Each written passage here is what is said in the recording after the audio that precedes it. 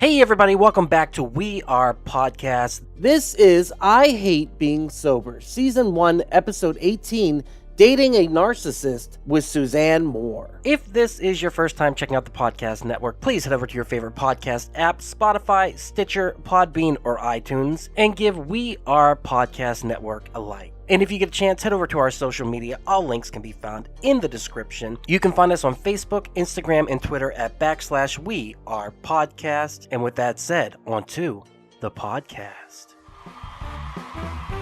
Good evening, everyone, and welcome to I Hate Being Sober! And now our host, Doug!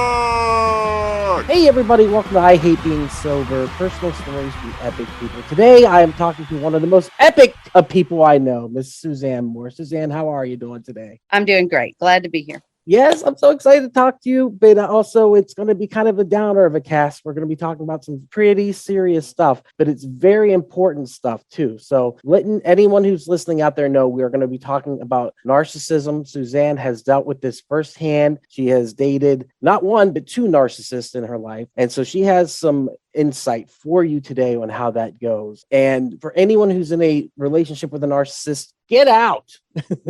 Get out. Amen. Now. Run. Run. You deserve better. You deserve so much better. Suzanne, a little background on you. You have been an insurance agent for how many years now? 33. 33 years. Congratulations. It's so awesome. On top of that, swimming champion, author, what else? Singer, single mother. You've won multiple awards across the board too. This is what I always say about Suzanne. Wherever the roof is, she's going to climb above that roof and break that glass ceiling and go to the next spot. I always say you're my favorite feminist on the planet. You do it through action, but you are such a feminist. You take care of other women, which is so important. I love you, and I love everything that you do for the ladies and for the guys too, for me, myself. You've been there for me multiple times, so I appreciate it. Thank you. Thank you. I love you too. Let's talk about Narcissist. So we are not going to say his name. We're going to call him the Narcissist, but you did end up dating somebody in the last 5 years, was it? Yes. Okay. I guess it's 6 now. 6 years? Almost. Mm-hmm. And he was a narcissist through and through. So let's start from the beginning. How did you meet the narcissist? Well, we'll start from the beginning in that I did not date for 16 years. I made a decision to serve God and my children and get them through college. And so I found myself an empty nester. The kids were grown and I kind of felt that tug. Hey, let's find somebody. And so I met him. He was actually a family friend of my brother. We'd known him since we were kids. And they all said, he's the nicest guy in the world. You should go out with him. You know, in the beginning, it was amazing. He knew way more about me than and now I know how he knew all that, but because they do their homework.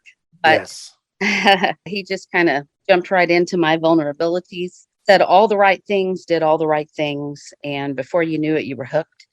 And I didn't know what hit me. I found myself having a great time, doing all kinds of wonderful things, kind of shut the door on a life that had brought some pain most recently. And so I think when you're vulnerable and you're sad and you're lonely, you know, they find you. They're looking for you. Absolutely. And like you said, they did a technique called love bombing. That's what he did, where he would buy you gifts or buy you flowers or buy you presents or things like that. That's called love bombing. That's where they provide gifts in return for whatever they want. And they know that they're going to hook you. That's the bait that they throw out there as their fishermen. Absolutely. And so, and I got all kinds of cool stuff. Yeah. Very nice.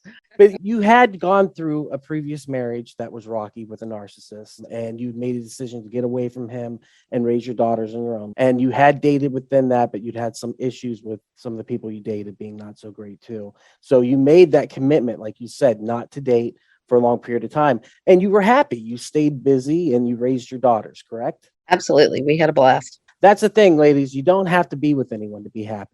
It's not required. So just so you know, everyone knows, don't ever think that you have to be with somebody to be happy. Look at Suzanne. She did all kinds of stuff. You went to college in that time, didn't you? I did. Yeah. Yeah. Got my bachelor's and my master's. That's awesome. That's awesome. That's what I'm saying. So go out there and be productive. So anyhow, the narcissist comes along. And at that point, he starts love bombing. He starts saying all the right things. Was there any sign of trouble in the beginning? You know, I can look back and see all kinds of trouble.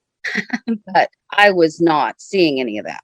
I had a lot of things happen really fast. I had a friend that had made a decision to desert her marriage. And so I was helping with her daughter. And then I kind of walked away from some things at the church. My mother was diagnosed with cancer.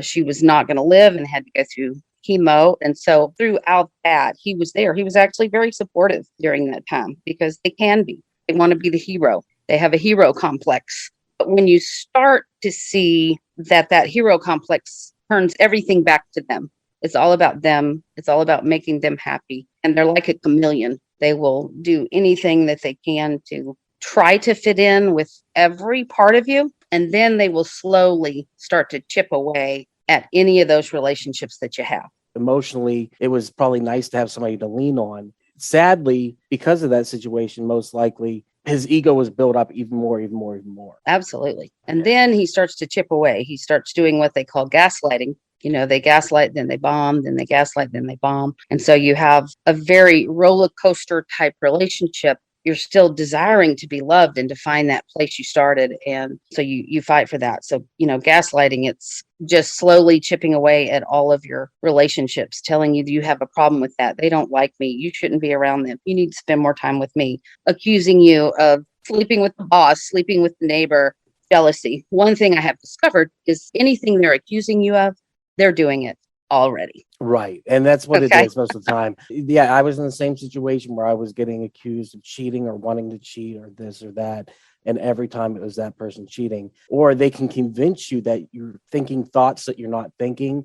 And your brain will initially try to fight it. It'll say like, no, that's not right. I never said that, or I never did that. But eventually over time, after hearing it over and over again, you start questioning because you're a good person. And when you're a good person, you want to be that good person. And so when they attack the vulnerabilities of a good person, it's really hard because we start questioning, like, did I say that? Did I do that? Was I thinking that? And then slowly you will believe it over time if you love hard enough. And like you said, gaslighting, here's usually what the pattern is. They gaslight you, you challenge it, they apologize, they love bomb with gifts or tokens or actions or whatever, rinse and repeat. And so they start to, and it's all to get you in this little trap so that they can capture you and keep you all to themselves so that they can feed their ego over and over again. Yes, it's kind of a slow erasing of yourself. Oh my God, that's exactly what it is. You were so right. You no longer are this strong, amazing person, which is who they're attracted to. That's why they find you, because you are strong. You're an empath. You're a gift to other people. And that's what they want to be. So that's why they come to you, that they want to take that away from you because they truly hate you. Because you're the object of their domination. The things that you do, like you said, you could have all these skills, you could have all these accolades, you could have all this self-worth. And then empathy is the key thing. If you're empathetic, you're always trying to please this person. There's no pleasing a narcissist. They use it. They're psychic vampires. They pull that energy out of you. Good word. They pull it out of you. And it's so scary because you don't have enough energy for it. So it breaks you down. It really does. And it's very scary. And you're never going to win. You're never going to please them. And problem is, you're so sucked in, you don't even realize it's happening. Yes. The abuse, not just emotional, there's just little physical abuses. You don't even think, oh gosh, you know, his was always, I don't know my own strength. So he poked me till I bruised. He pinched me till I bled, spit in my face when he was mad. More than once. He jumped out of my moving car in anger, and you find yourself chasing after them. I mean, it's just ridiculous. You're like, who are you? You know, you're out of body. This is not who I am. And then, of course, there's the fall when I fell off that wall. Well, let's talk a little bit about two things before that. First of all, you were heavily involved in the church at that time that you started dating. And Yes. through a series of people challenging your relationship, you chose to leave the church, correct? I did. Did he have any influence over that, or do you think that was a long time coming? Well, I think that the enemy set that up before he came along, and he used him to do that because I had some small issues, well, big issues when you add them all up. I had a problem with one of my daughters getting fired from the church. I didn't approve of it at all. Then I was ministering to a woman who professed her love to me, and I had to kind of step down from that and give her over to somebody else. And then they wanted to control when I went to church and what service I went to and what Sunday school class I went to. And then when my mother got cancer, I had decided to step down from everything so I could be with her. And then I was challenged. I was challenged that was not the right choice, that I need to stay under their guidance. And so I think all of those things added up. And then when I publicly announced this relationship on Facebook, I was told that I needed to cease and desist my behavior. By the church. By the church. And I hadn't done anything. I wasn't having sex. I wasn't doing anything like that. I was just going out with a guy that I really thought I loved. And that led to me running out into the wilderness and going crazy.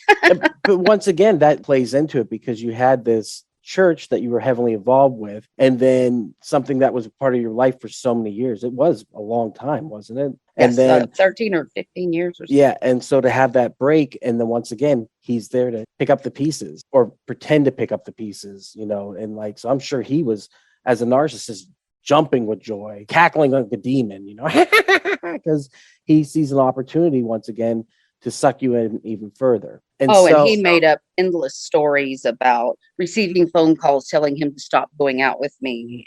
At the time I kind of bought it with line and sinker.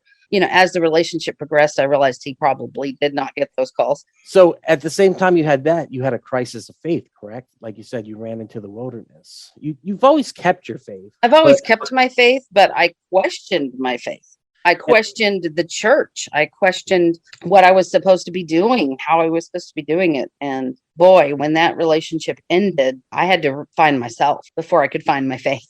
Absolutely. Because I was gone. Oh, it drains everything from you. You don't even know who you are. I remember after I got out of my relationship, I would say to my friends, I don't even know who I am anymore. I don't know. That's how much they program you to believe the things that aren't even true half the time. And like when you see through the mist, you finally get through it. You're just like, where am I? Like, how did I get here? Because you really are. You're traveling through a swamp of fog and just alligator infested waters, and it's horrible. Enjoying this episode? Go check out Geekster, a dating and friends app for geeks that focuses on common interests as a way to make meaningful connections. Download today on the App Store or click the link in the description to find out more. Geekster, this is what happens when nerds collide. Geekster, available on iOS and Android. Real quick before we get to the fall, let's talk about your family. They had major trepidations about him, the narcissist, especially your daughters. They did not like him, and they would come to you constantly and let you know that, because they are very vocal feminists themselves who are not afraid to state their opinions. It's wonderful, but they were always felt like they could tell you exactly how they felt, and you fought back. Right. You were trying to play peacekeeper, correct? I was, definitely, because that's who I am. I am a peacekeeper. I don't like conflict. I handle it okay, but I just don't like it. And yes, my kids, they didn't want to do things with me. They didn't want the grandkids around them. They didn't, it's exactly what he wanted. He wanted me to be away from them. And I was not about to let that happen.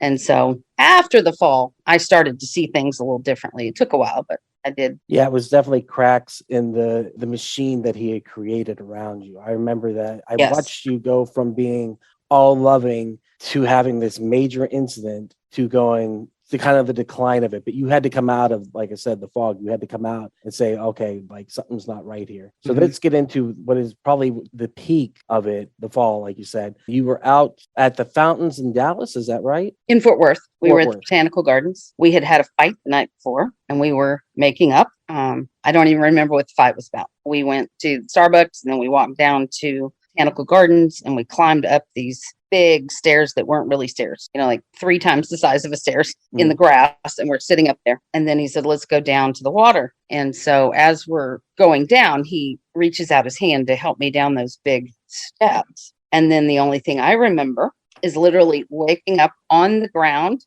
I can't even remember, maybe a 6-foot wall on the concrete, sitting there. My watch had broken off my arm. I had debris all over me, and my arm was flipping in the wind. I know, I'm over cringing because I saw the aftermath, and I just oh yeah, I was screaming.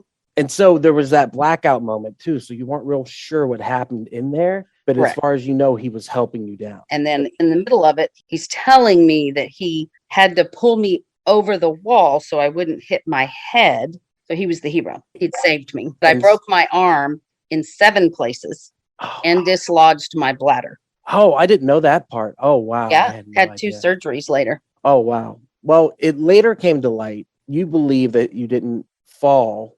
You believe that you were pushed. Is that correct? Yeah, from the beginning, Brandy did not believe his story because she's a nurse and she's at the hospital and he's trying to control everything that's going on in the hospital room, trying to control what the nurses know and say and do and the doctors. And Brandy's trying to be my daughter and find out what's going on. And so she, as a nurse, are trained to recognize behavior. And so she absolutely, that's her downfall with the narcissist. But I was lost that whole year. I had a fixator in my arm after the surgeries for the arm. How many stitches was it? Oh gosh, I can't even remember, 52 or something. Yeah, it was insane. The whole way from the top down. I mean, yes, the scar all the way down on my right. And don't you have arm. metal pieces in your arm now? I have 13 screws, 2 metal plates, and then I have 2 large screws on my wrist because the wrist broke and compounded out the right side of the arm. Oh my God. Oh my God. Oh, I'm sorry. I'm over here like freaking out. And like I said, I saw it too. And I saw how much pain you were in. And I didn't realize that you had to have those surgeries to correct things from that too. But that's what we're kind of getting to, is the danger. This was the beginning of where the abuse even went further as things went on. And, yes. And not knowing what exactly happened in that moment, you can never be sure, but you're pretty sure he pushed, and it wouldn't be the last time that something like that happened. So, well, not pushed me, but pulled you purposely over the wall. Yeah. And we reenacted it, trying to figure out if his story would match up. Of course, this was after I broke up with him, but there's no way it could have happened the way he said it did. Like you said, he's trying to control the narrative because he knows he's caught. And the only person who's got to convince is you, though. And he did. Right. He was able to do so for the time. Well, he played the hero. He was there for my physical therapies. He was there for all these things. He brought me gifts. He took care of me for some of that time. It almost sounds like Munchausen's a little bit with the cause of the problem so that you can be the hero to fix it. Isn't that true? Yes, so you're scary. right. So you continue on with the relationship, but this is the point, like I said, this is the tipping point where reason starts to set in. Yes. First, I know that you started saying, I'm not playing mediator anymore. You cut that off. And at first you were like, I'm taking his side. And then pretty quickly it switched over to, these You're voices. Crazy. Yeah. Because your kids kept saying stuff. And then the family members that were his friends started saying, we don't like him. He's dangerous. That is correct. And he did I guess the accident happened after that. He had done some work at my mother's house and he had gotten in my mother's face and screamed at her saying, don't call me that, because my mother kept calling him stupid. She was a feisty lady. She was a feisty lady. She knew. And at that point, she was fighting cancer too, correct? Yes. He was yelling at a woman who was fighting cancer? Yes. But of course, that happened behind closed doors. So here she calls my brother and tells him, and then we have this big family fight. And then he convinces me that I was there when it happened outside and that it didn't happen. I know today that's not true. I know he did do that to my mother, which is horrible. But I think after the accident and after all the surgeries, which really took quite a while, and getting that fixator out of my arm and going through all the physical therapy. And then I had surgery on my bladder, and then they had to fix that surgery the next year. So it wasn't even until 2018. That's when I started to question his actions, started to question what's going on with this person, what's wrong with him. We went on vacation. Every time you go on vacation, they go crazy. You went to Colorado, correct? Yes. More than once, or was it just the one? We went twice. The first time was after the accident. Then we went to Florida, and that's when he had a big problem with my niece, and that caused a big family dissension problem. And so that was a pretty consistent thing, though. He would pick out a family member specifically. He would attack them. You would try to defend, and then he would try to convince you that family member was toxic or poison to you and pull you away. Isn't that correct? Wow. That is correct. Wow. Yes. And then that was in 2018. And we had a lot of fights. I don't even know. I went to Fort Worth every single day. And I was laughing about that just the other day because my new car I bought a year ago today, it only has 19,000 miles on it. And it had 5,000 on it when I bought it. So only like 13,000 miles in a year, where it used to be 25 or 30,000 in a year. And the reason why is he wouldn't come see you anymore. He would not come see me. He would demand that you come see him. Is that correct? Yes, because my family all lives around me. Oh, yeah. He didn't want to be around. He's probably keying up for an ass beat. Let's be honest. I apologize to say, but your brothers don't mess around. They do not. I think that's why I'm safe today. Thank Oh, God. I think you're safe because you're smart enough to realize what it was. And you were smart enough when you cut ties, you cut ties. I know during that Colorado trip, didn't he have a freak out and corner you in the room or something like that? Yeah, that was a few months before it was completely over. That was the last vacation we went on. We were getting up to go on a trip we were in Colorado Springs. We were going to drive to Breckenridge, then to Denver and come back. And so we get on the road. He gets a call from his mother and his whole demeanor changes. He's now angry and upset about everything. I really don't know if there's a connection there, but very possible. And then he just raged on the highway all the way to Breckenridge, all the way through the tunnel that goes through the mountain. And then he got angry and he turned around and went back through the tunnel. And then he got angry and turned around and went back through the tunnel. By the time we got to Denver, it was dark. I couldn't even see my family home. I was like, just get me back to the cabin. He's threatening to go home. I said, go home. We're driving down a mountain. I'd never been more terrified in my life. I just thought, this is it. I'm going to die today. Wow. And man, it was just horrific. Finally get home and he says, right before we get to the cabin, he says, turns to me and says, hey, honey, what's for dinner? Like it's nothing. Freaked me out. Yeah, that's some major psycho code switching bullshit is what that is. And that is terrifying. And the Terrifying. raging is real. Yeah. That's that superficial charm we didn't talk about. So I've met yeah. the narcissist a couple times. I thought he was interesting. I thought he was a unique character. You know what I mean? I wasn't against him. I thought he was a nice guy. He came across that way. The only thing I did say to you is I think he's on drugs. And you adamantly like he is not on drugs. He hasn't used a drug in years. And I was like, Susanne, I take a lot of drugs because I am a druggie. And I'm telling you right now, that dude is on drugs. And you were absolutely right. I totally believe you. Yes, I think he was on hydrocodone, Vicodin, something like that. He was on some kind of medication that spaced him out. Now, you always make an excuse and say he's just a little bit different because he did have a brain injury from a young age. So, right. Which my family was a part of. They knew all about it. So, right. And so it's one of those things where it's you had an excuse, but then it became like there was an excuse for this, there's an excuse for that, there's an excuse for this. You follow the bread trails and you see the trap that he's laid for you, whereas everyone else around you is kind of going like, that doesn't seem right, or like shouldn't be that much intrigue over just this random guy. We wanted to like him because he was your boyfriend, because we love you, we like you, so we wanted things to go well. But like I still think to this day he was on drugs. I don't know if he was or not, but I believe so. Yeah, but he was hiding it. It's the thing. It's the endless lies. Yes, he claimed to be years sober, and we'd go to Olive Garden and he'd taste the wine. Yeah, can't be sober to do that. Come on. No, that's not how this works. You're sober. Married to an alcoholic. I get it. Yeah. Oh wow. So anyhow, at the cabin, didn't he corner you at one point too, or something like that? Like he was in the basement and had a little freak out. And I think that because I think that was your kind of, for lack of better words, your come to Christ moment where you were like, this is messed up. Yeah, I could die. I've got to get out of this. Right. How do I get out? And then I started researching. Before we went on that vacation, I had started researching. And if you just type in Pinterest, what's wrong with this guy? That's where all the narcissist stuff started coming up. And I start reading about narcissistic abuse. And I'm shocked. Absolutely everything is exactly what I was going through. There's different types of narcissists. Everybody has a narcissistic characteristic, but a narcissistic sociopath, the abuse that they give you, man, it's all identical. And then I joined this narcissistic abuse Facebook group, and all the stories are exactly the same, but different. Just crazy. It's absolutely insane. And during that period of time, you had been trying to kind of distance yourself while getting your escape plan together. And that's the problem with narcissists. You have to have an escape plan. And I know that sounds insane, but you have to cut ties completely. And you're going to want to still contact them. You were so smart because I believe once you cut ties, correct? I cut ties, period. I didn't even miss him. Yeah, because you were on the other side. You came through the fog and you saw like, holy crap, here be dragons. We're not messing with them. It was insane to watch you do it. But I remember you were a little bit angry, and that's a rightful emotion to have because you've been, for lack of a better word, you've been duped this whole time. Absolutely.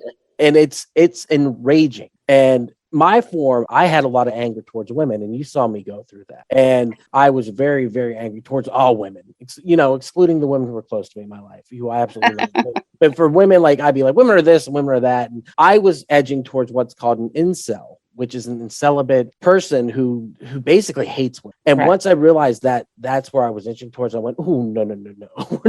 We don't hate women. I can't hate women. I love women. Yeah, I was mad at one woman, and even then I forgive her, so it's fine. You know what I mean? Right. Whereas you were righteously angry the appropriate way, where you're like, this guy took so much of my life, and I bought it because I loved him. And that's what he used. He used your love against you. And you said earlier, he never loved you. He hated you. Absolutely. He doesn't have the ability to love. No.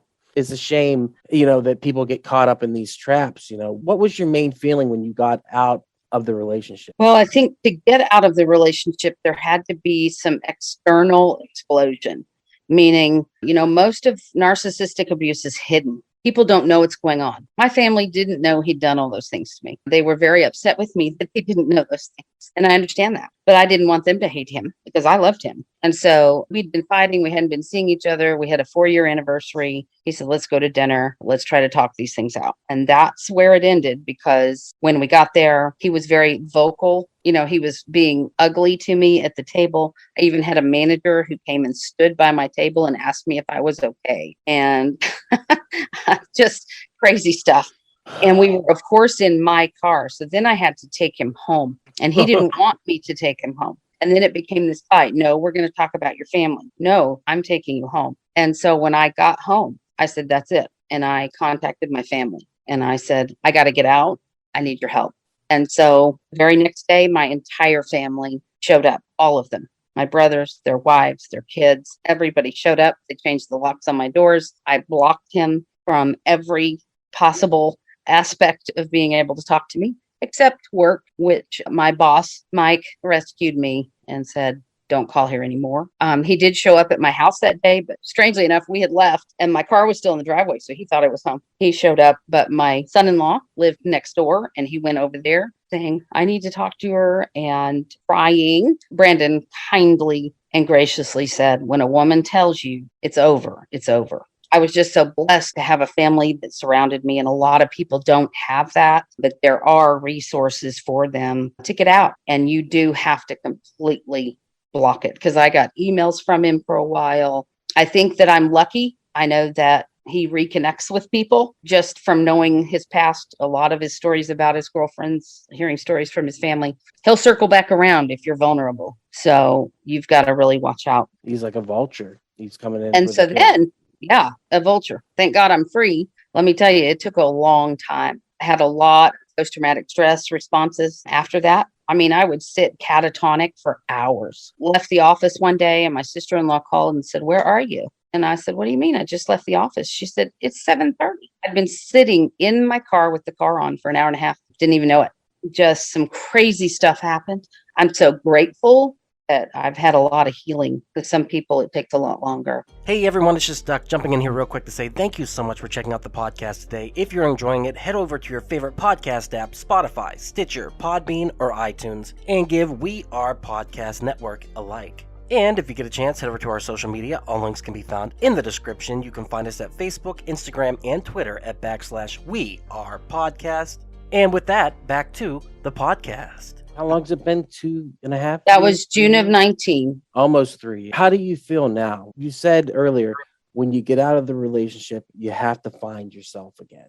And it takes time. Yes. I think I'm still finding my way. That first year, I went to Shannon Etheridge, one of my dear friends, runs a ministry. She has a intensive workshop called Women at the Well. And she really helps you work through a whole lot of those issues. What I discovered was that the reason I ended up in the same place I did before I stopped dating 16 years ago, I never dealt with what was behind. I never figured out why I do these things. I discovered that I have no boundaries of any kind, never had any. And so I would let anybody in. And you can't do that. You just can't, for your own health and your own safety. You can't help everybody. And I can't fix people. But boundaries were a big, big, big issue for me. And so I'm still learning to draw those boundaries. It has helped tremendously in my life. And then I had to rediscover, I didn't have a church home. I started attending several churches. I found one that I really liked, and then the pandemic hit. Oh, yeah. And churches all shut down. To be really honest, I haven't ventured back to church. I listen to church service every Sunday. I'm involved in a ministry called Delightfully Yours Ministry, and I write for the blog every other month. It's a beautiful ministry that just administers to women, letting them know that they are cherished and they are loved. And it was a beautiful place to start. And then I went to a writing workshop with Shannon Etheridge again, Blast Next Level, and that's kind of helped me get my head back on.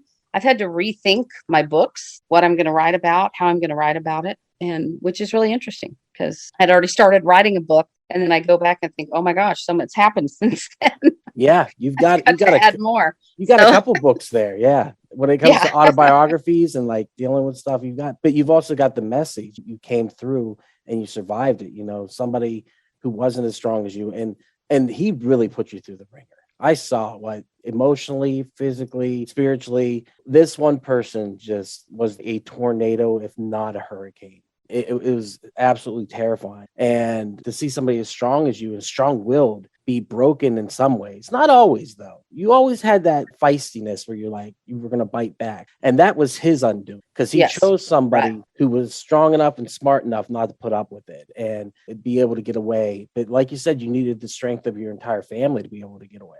That is absolutely beautiful that your family came together for you and did that. I apologize. I'm almost in tears about that. Faith-wise, are you where you want to be, or are you still working towards it? Well, I'm a lot closer to where I want to be. I think God has really opened a lot of doors. I want to get the message out. I've been able to minister to a lot of women who are hurting because of abuse. And I really feel like that's my voice. I was sexually abused by my father. I was gang raped in high school. I married an alcoholic who didn't abuse me, but abused everything else. So I've just got so much healing and knowledge in how God deals with that. It's okay to be single. Single's a whole number. God says you have a single purpose, and that is to serve others and to build them up. And so I love that. And I know that's what I'm supposed to be doing. So I'm going to be writing. I'm writing 2 essays for a book right now. Hopefully they'll accept them after they're written, but they accepted the pitches. So I'm excited about that. Got another friend who wants me on her podcast just to talk about freedom. And let me tell you, it is wonderful to be free. So that's beautiful too, because like you said, though, one is a whole number. And I remember whenever you told me that at work, that hit me where I was like, you know what? It is okay to be single and it is okay to be happy. And what's scary and what's also beautiful is the fact that you, through your service to others, this one person found you and you tried to do the same thing to him. You tried to be of service. You tried to help, just be there to love and to empathize and all those things. And he used it against you. So the fact that you can still trust people after that is absolutely amazing, because not a lot of people would. I was in a place where I didn't trust women. It was terrifying. But you know what? I did, because I came to you for advice always. You know what I mean? And you were always you did. To put me back. And you always gave me good advice too. I don't know about that. But I miss it. Let's talk about what happened afterwards. So you knew that he was dating somebody else pretty quick afterwards. Yeah, I think within 2 months. And I'm not on social media, but my sister-in-law used to try to check him out. And just there was a girl. There was a girl on there that was announcing. It was a picture of them and announcing that she found the one that her soul loved. And I realized that she had a friend that we shared. And so I didn't actually reach out to them, but I did pray and say, hey, God, you know this woman. You know she loved you. Save her from having to go through all of this. I remember that very vividly. And not the prayer, but I remember when you talked about it, you're like, I just don't want another woman to go through what I went through. Just very quickly, that disappeared from her Facebook. So we know they broke up. And then you got a call, a couple weeks ago from another woman, or was it? It was actually the beginning of December. I received a phone call at work from a lady who said, "You don't know me, but I would like to talk to you about the narcissist." And of course, my anxiety buttons came up and I start freaking out a little bit in my head. And then I said, "Well, okay, first of all, how did you get my number?" And she said, "A lady from the church where we used to attend suggested that I call you." And I said, "Okay, how do you know him?" And she said, "Well, we met on a dating site 4 years ago or something like that. Their first date was having coffee in 2018." And I said, "Oh, interesting." Mhm. Because we were dating until June of 19. So all those times he was accusing me, he was out having coffee with people on dating sites. So It's people insane. It's so just, who insane. knows? And like Yeah. it was so funny. One of his big things, the narcissist didn't want you going to the gym because he No. said, but what did he say it was? Because it was a meat market? Is that what it Meat was? market. A meat Yeah. market. And I was like, what the heck does that even mean? Like, but he didn't want like the other guys hitting on you or something like Right. that. And He was so a very jealous person, obviously not jealous. Just didn't want getting caught. and exactly. And then on the inverse, he's going out on coffee dates with women while you're still dating. I mean, And or who while you're knows in what else? Yeah. Oh God. I'm sure much more. So she said that they met for the first time in 2018, and then they started dating 6 months A little prior to- bit, but they had become pretty serious about 6 months prior to her calling me. And there was a falling out, and her grown children did not want her going out with him anymore. And she was kind of lost because she really cared for him. And so I said, "Well, tell me your story." And she said, "Well, I was married for 30 years and my husband dropped dead of a heart attack." I said, "Well, that's how he found you. You were vulnerable. You were lonely. You're seeking love, and he found you." She didn't really buy any of the things I was telling her at the time. It's like, "You're not going to like anything I have to say." He was very abusive. He tells a lot of lies. His life is a whole much about you. He's a chameleon. He will conform his life to whatever yours is. And which is exactly, when I heard her story, exactly what he did do. They didn't do any of the things that he and I did. They did things that she would want to do, which is fascinating because that is not a world he would be a part of, which is really interesting to me, that they just jump on the backs of people's lives like a leech. Absolutely. And like you said, the chameleon. Their teeth in. Yeah, like a leech where they sink their teeth in and they just start sucking the life force out of people. So you told her that you would be happy to meet up for coffee, but she needed to break up with him first. That's correct. I said, "When you've broken up, I would be happy to meet for coffee and get to know you and pray with you." And she said, well, she didn't know what she was going to do. But I told her everything. I told her all the heavy stuff, just sitting at my desk at work. And I didn't talk to her. A couple weeks later, I sent her a message and just said, "I'm praying for you." And then I didn't hear from her until January. And she said, "I'd like to meet for coffee. I have broken up." And so just last Friday, we met for coffee and we got to share our stories and talk about healing and how we got there and how we moved past it. She actually had broken up with him, but then gone back to see him Christmas Eve. And anyway, No, it's lots a hard of time details of there. year. Yeah, it's a hard time of year. Really hard time to be alone. And so at the end of it, you said you took a picture. Is that right? Yes, we took a selfie of ourselves together and she sent it to him. I think we're done.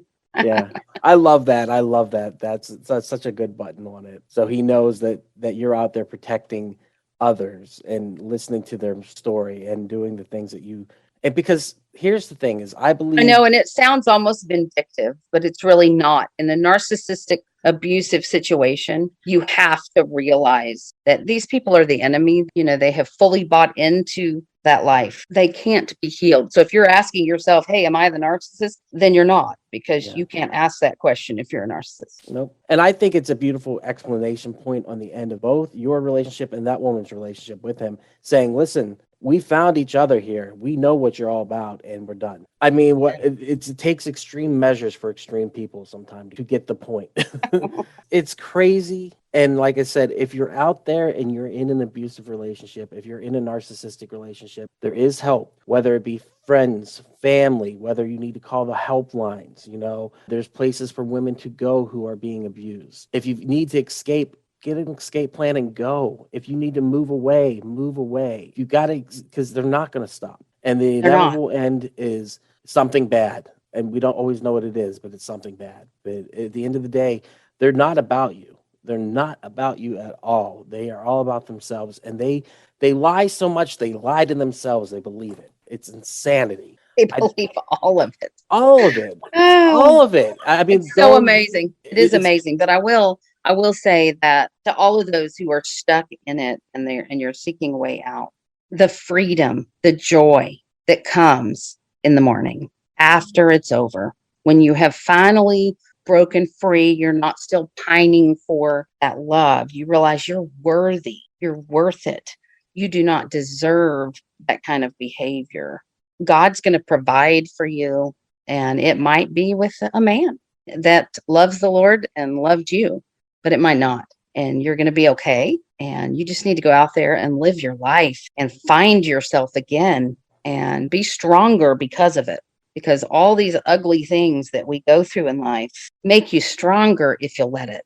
We learn bigger lessons from the hard than we do from the easy. And we become better people because of it. And learn a lesson from Susanne, because she knows. She's telling you, like, get out. Let's talk about your life now, post Narcissist, and relationships with your family and your daughters. How is that going? Oh, my relationship with my kids and my grandkids and all of my family is amazing. I have not returned to any of the abusive relationships, whether they were unintentionally so within the church or whether it was the narcissist. I seek relationships that are mature and enjoyable. Like Jesus, if I'm trying to help somebody, I go away to pray. I don't spend all my time with somebody who's hurting, because you've got to have your downtime. I love hanging out with my cat, Fairy. And I have 3 grandkids now that are 6, 3, and 1. My daughter, Amanda, owns a flower shop, and her husband are doing fabulous. My daughter, Brandy, and all 3 kids. They just got married, her and Josh, in December. Congratulations. And we just have the best time. I get to see those kids at least once a week and watch them grow and learn. Then I get to enjoy my life as a single person, and I can do whatever I want, whenever I want. Right.